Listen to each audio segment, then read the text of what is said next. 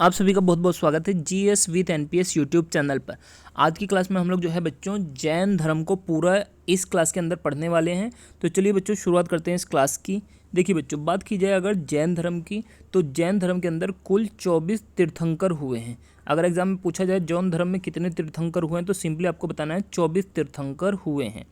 अब एक एक करके सारे पॉइंट्स देखते हैं।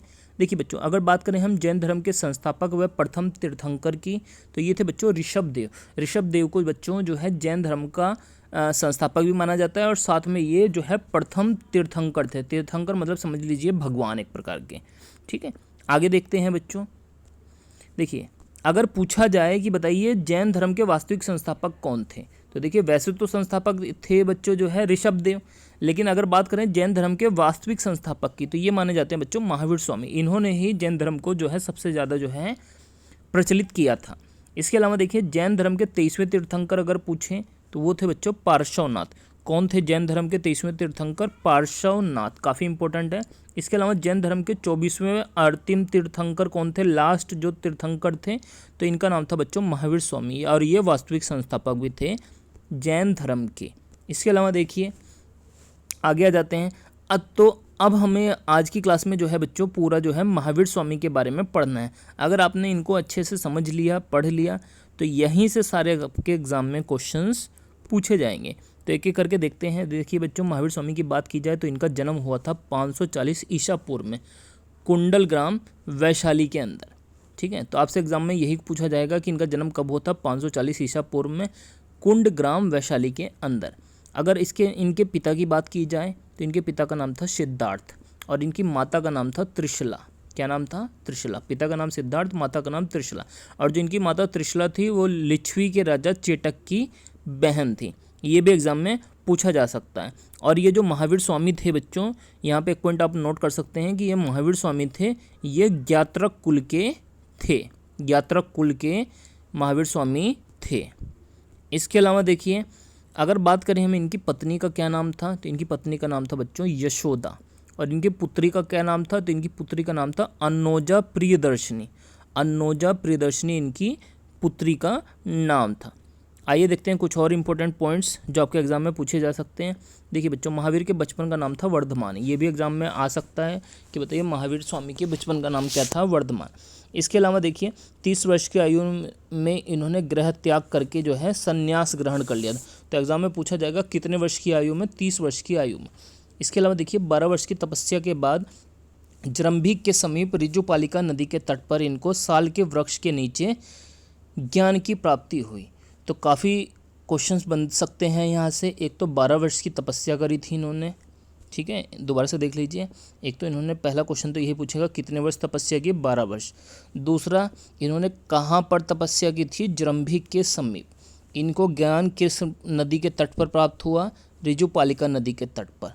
और किस वृक्ष के नीचे मिला? तो साल के वृक्ष के नीचे ज्ञान की प्राप्ति हुई। इसके अलावा देखिए, अगर पूछा जाए कि जैन धर्म का प्रथम अनुयायी कौन था, तो देखिए जैन धर्म या महावीर स्वामी का जो प्रथम अनुयायी था वो इनका दामाद, मतलब महावीर स्वामी का दामाद जामिल था। तो ये जैन धर्म के जो है महावीर स्वामी के प्रथम अनुयायी या उनके शिष्य थे। महावीर स्वामी की मृत्यु कब हुई? तो देखिए बच्चों, महावीर स्वामी की जो मृत्यु हुई थी 72 वर्ष की आयु में 468 ईसा पूर्व में पावापुरी राजगीर में हुई थी इनकी मृत्यु। 72 वर्ष की आयु में 468 ईसा पूर्व में पावापुरी राजगीर में इनकी जो है मृत्यु हुई थी। इसके अलावा देखिए कुछ और पॉइंट्स लिखे गए हैं यहाँ पे, इनको भी आपको याद कर लेना है। महावीर स्वामी ने अपने शिष्यों को 11 गणधरों में बांटा था। अगर एग्जाम में पूछे कितने गणधरों में?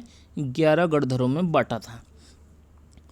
इसके अलावा देखिए श्वेतांबर व दिगंबर का संबंध जो है बच्चों किस धर्म से है? जैन धर्म से है। श्वेतांबर और दिगंबर ये दो संप्रदाय थे जैन धर्म के अंदर। अब देखिए श्वेतांबर कौन थे, दिगंबर कौन थे? तो श्वेतांबर वे थे जो श्वेत वस्त्र धारण करते थे।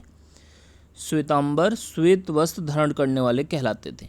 इसके अलावा ये स्थूलभद्र के शिष्य थे। एग्जाम में पूछा जाएगा किसके शिष्य थे? स्थूलभद्र। दिगंबर कौन थे? जो बिना वस्त्रों के रहते थे। और ये भद्रबाहु के शिष्य थे, गुरु भद्रबाहु थे, इनके शिष्य थे। तो श्वेतांबर हो गए स्थूलभद्र के शिष्य, और दिगंबर हो गए बच्चों भद्रबाहु के शिष्य।